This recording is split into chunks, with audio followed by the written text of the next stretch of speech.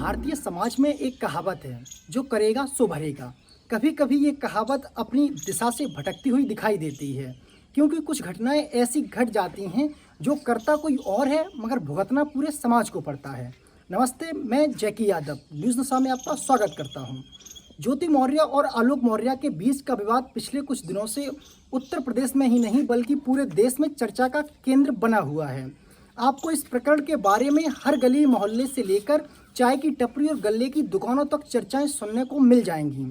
आज हम जानने की कोशिश करेंगे कि इस घटना का समाज पर क्या प्रभाव पड़ा है और लोग इस घटना पर क्या क्या कह रहे हैं। ये सब समझने से पहले आपको ज्योति मौर्य और आलोक मौर्य के बारे में जानना ज़रूरी है।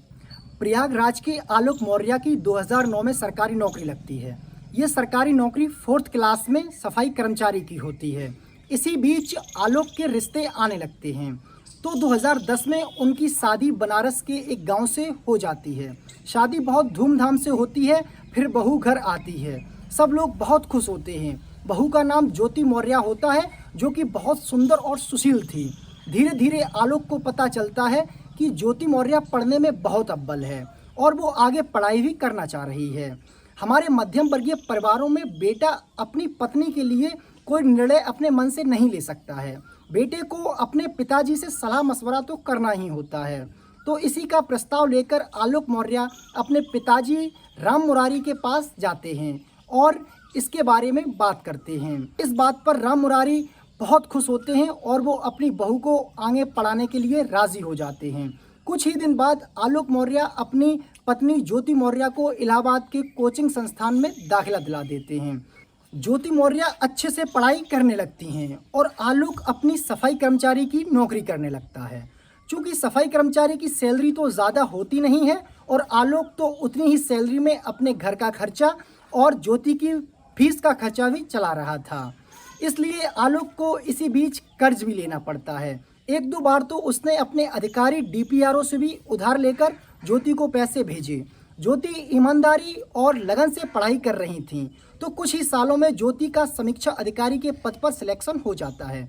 मगर ज्योति महत्वाकांक्षी थी तो ज्योति आगे अपनी PCS की तैयारी जारी रखती हैं। 2015 की उत्तर प्रदेश लोक सेवा आयोग की भर्ती में ज्योति को ग्रैंड सक्सेस मिलती है।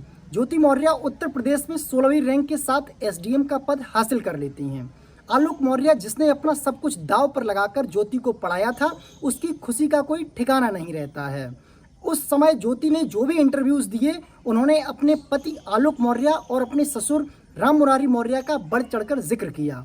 उन्होंने अपनी सफलता का पूरा श्रेय अपने पति और ससुर को दिया। घर में ही नहीं बल्कि पूरे गांव और क्षेत्र में इस तरह से जश्न का माहौल था। दूर दूर तक चर्चाएं हो गई थीं कि फलाने की बहू SDM बन गई है। इसी बीच आलोक के घर एक और खुशी का मौका आता है, जब ज्योति 2 बेटियों को जन्म देती हैं। घर में जश्न का माहौल था तो बेटियों के नाम भी हंसी और खुशी रखे जाते हैं। यहाँ तक तो सब ठीक चल रहा था, मगर इसके बाद उनके परिवार को न जाने किसकी नज़र लग जाती है। 2020 की बात है, जब आलोक अपनी पत्नी से पूछता है कि ये मनीष दुबे कौन है। पत्नी जवाब देती है कि वो ऑफिसर हैं, तो ऐसे ही कुछ ऑफिसर से कांटेक्ट में तो रहना होता है। आलोक ज्योति का ये जवाब सुनकर संतुष्ट हो जाता है। इसके बाद इस विषय पर बात नहीं करता, मगर उसे इतना तो पता था कि कोई मनीष दुबे है जिससे ज्योति फेसबुक पर बात करती है। एक दिन आलोक अपनी पत्नी को सरप्राइज देने की सोचता है और वो उसे बिना बताए उसके आवास पर पहुंच जाता है।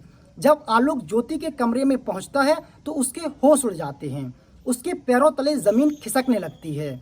आलोक ने अपनी पत्नी को मनीष दुबे के साथ आपत्तिजनक स्थिति में देख लिया था। इसके बाद आलोक और ज्योति में लड़ाई होती है और वो इस गलती को माफ़ करने को भी राजी हो जाता है।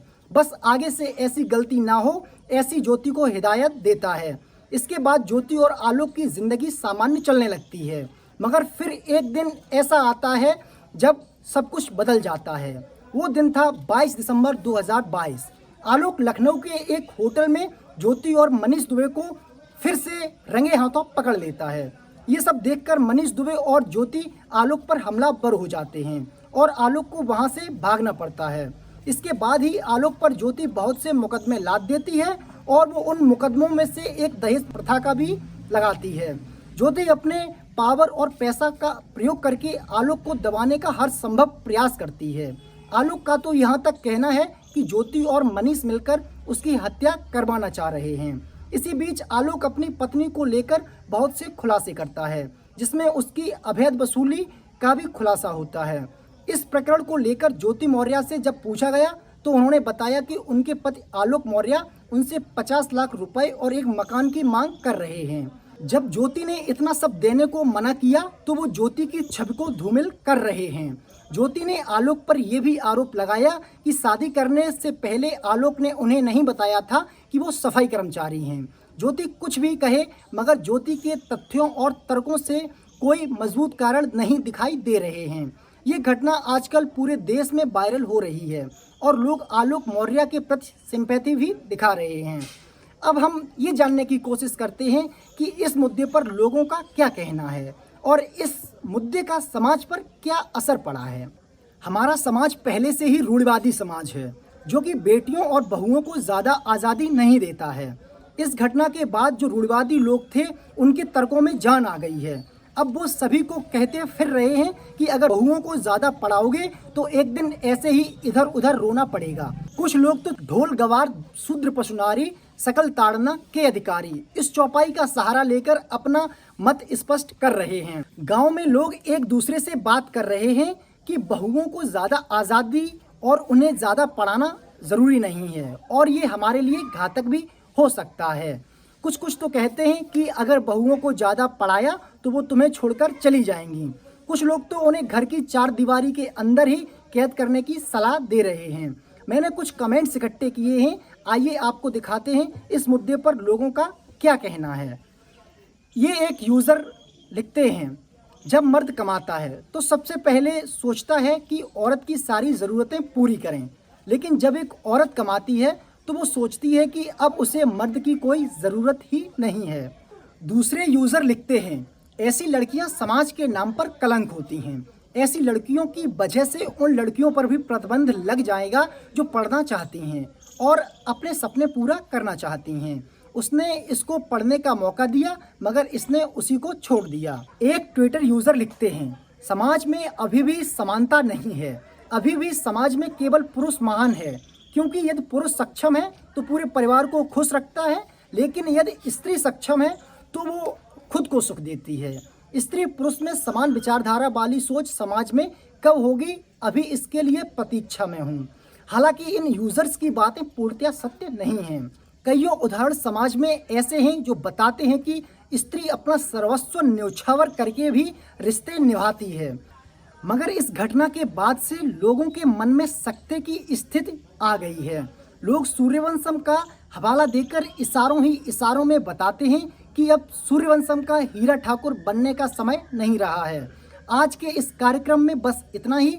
जल्द ही हाजिर होते हैं एक नए मुद्दे के साथ। नमस्कार। और आप हमसे जुड़े रहने के लिए सब्सक्राइब करें YouTube पर, फॉलो करें Twitter पर और लाइक करें Facebook पर। और ज्यादा जानकारी के लिए आपको टाइप करना होगा सिर्फ न्यूज़ नशा।